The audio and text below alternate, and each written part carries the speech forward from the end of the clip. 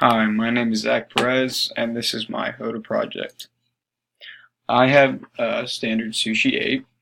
It's explored the relationship between slavery, growing North-South divisions, and westward expansion that led to the outbreak of the Civil War. A is explain the impact of the Missouri Compromise on the admission of states from the Louisiana Territory.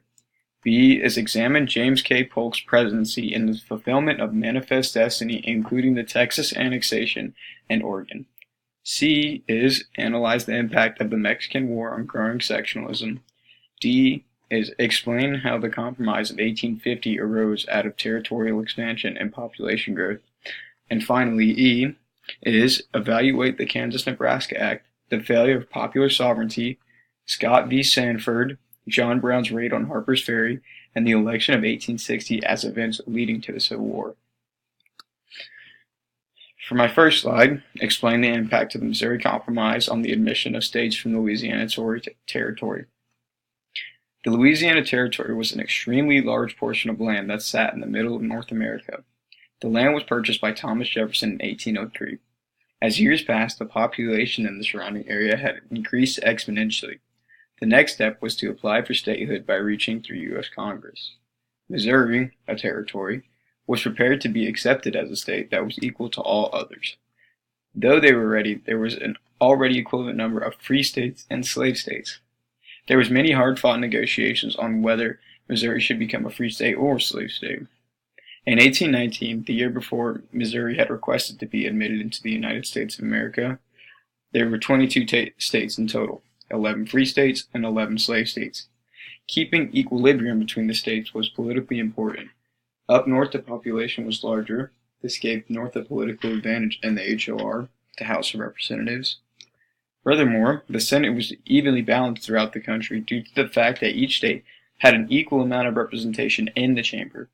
In order for a bill to become a law, it's required to be passed through both sides of the legislature. Therefore, the balanced Senate had prevented both the North and South from mandating any policy concerning the dispute on whether Missouri should become a free state or a slave state. So these are my pictures, and this is just representing. On the left side is the Louisiana Purchase, all of the orange shaded areas, Louisiana Purchase, and then on the right side is Missouri. So for my next slide, it's examine James K. Polk's presidency and the fulfillment of Manifest Destiny, including the Texas annexation and Oregon. James K. Polk became the 11th president of the United States in 1844. As Polk took office, he added to the western lands of the nation by annexing a part of Oregon as well as Texas. Many Americans thought the expansion across the United States was destined to happen. Others were worried that the expansion of the land would eventually lead to a large war. James K. Polk took heavy action during his presidency as he added territory to the United States and fought a war with Mexico over the expansion of the U.S. Many Americans looked westwards. The coastal plains had filled, and colonists had arrived from Europe in search of unclaimed land within the back country of each colony. After the French and Indian War, many travelers piled into the Appalachians and made their way into the Ohio and Tennessee river basins. After the American Revolution, other settlers migrated into the Ohio Valley and settled in western Georgia and Alabama. The Louisiana Purchase occurred in 1803. This doubled the size of America's landholding. This also sought out new opportunities to advance westward into the Mississippi River Valley. Florida was the last piece of foreign territory in the east. In 1819, Florida was acquired by Spain. In 1850, Americans had settled all over California, Oregon, and Washington along the Pacific coast. The settlement in the Appalachians was a long process that took 150 years. Then it took 50 years to travel to the Mississippi, and finally another 30 years to settle in the Pacific states. In just 230 years, Americans had ruled the continent. Americans believe such rapid expansion has been a result of divine favor, better known as Manifest Destiny.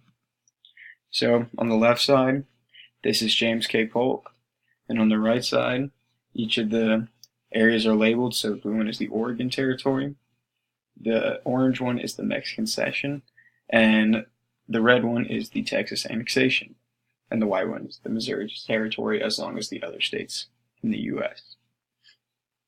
For my next slide, I will analyze the impact of the Mexican War on growing sectionalism. While the 11th President, James K. Polk, was in full command of the United States, he led Texas into the Union in 1845.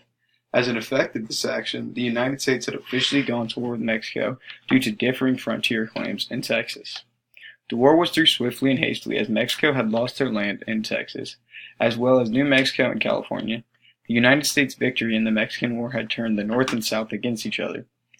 This was due to slavery issues in their recently obtained areas of land. Sectionalism had become an even bigger and more bitter problem throughout the United States. The United States was soon headed down a path they could not recover from, a civil war.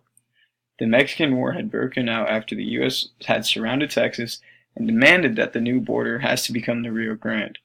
Mexico did not agree with this decision. Mexico insisted the border be the Nueces River. This river was 150 miles north of the Rio Grande. Mexico had also believed that the United States wanted to claim the two other Mexican territories, California and New Mexico. The U.S. had taken 2 attempts to purchase both of these Mexican-owned territories. President Polk sent U.S. soldiers that were under the command of the Army General Zachary Taylor. They were sent south of the Nueces towards the banks of the Rio Grande. This led to an ambush by a Mexican army. This incident was portrayed and told differently in each of the two countries. After this incident, Polk used it to justify the declaration of war in Mexico. This declaration was delivered to Congress on May 11, 1846.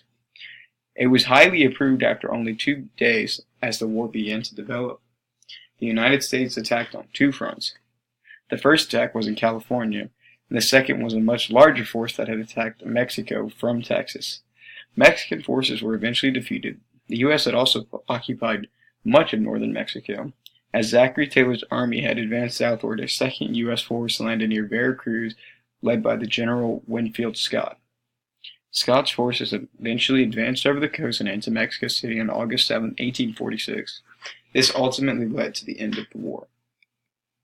So this is just a picture of the Mexican War, and on the right side is the Mexicans, and on the left side is the U.S. For my next slide, I'll be explaining how the Compromise of 1850 arose out of territorial expansion and population growth. The Compromise of 1850 had been producing over a 4-year period.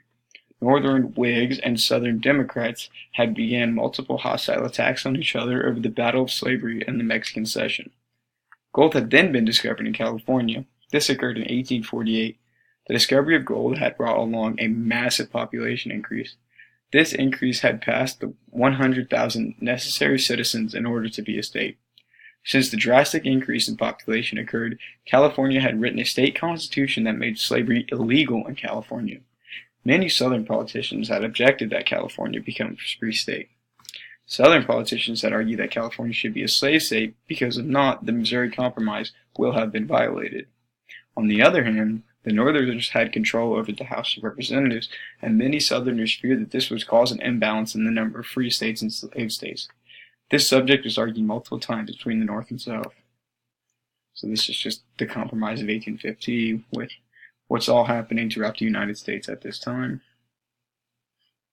And for my final slide, I will be evaluating the Kansas-Nebraska Act, the failure of popular sovereignty, Scott v. Sanford, John Brown's raid on Harper's Ferry, and the election of 1860 as events leading to the Civil War. There were 4 issues that divided the nation further because of slavery in the late 1850s. Each of the issues were political and some involved increasing violence. One of the 4 issues was the Kansas-Nebraska Act. It was in a failed attempt to use popular sovereignty as an answer to the slavery question. The next issue was the Scott v. Sanford. Scott v. Sanford was a slave named Dred Scott who felt that he should be a free man.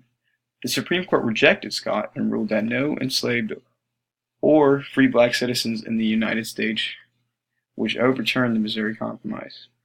The third issue is John Brown's raid on the Harper's Ferry. This caused a rise in violence over the slavery issue because Brown got together a group of white and black men and attempted to raid the ferry, but failed, and the U.S. Marines captured Brown. The final issue was the election of 1860. In the election, Abraham Lincoln won for the Republican side, and this was the main trigger point in the start of the Civil War.